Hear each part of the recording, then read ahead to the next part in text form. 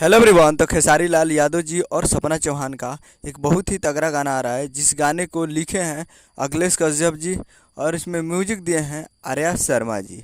और इस गाने को गाए हैं खेसारी लाल यादव जी और खुशी कक्कड़ जी, जो कि अखिलेश कश्यप जी खुद खुद पोस्ट करके इस बात को बताए हैं कि एक धमाका होने वाला है, जो कि आपको स्क्रीन कवर दिखाई दे रहा है। और ये लिखे हैं कि आ रहल बा एगो और धमाका, हमारे हिट मशीन के अन्नपूर्णा फिल्म से आग लगावे खातिर तैयार रही सभे।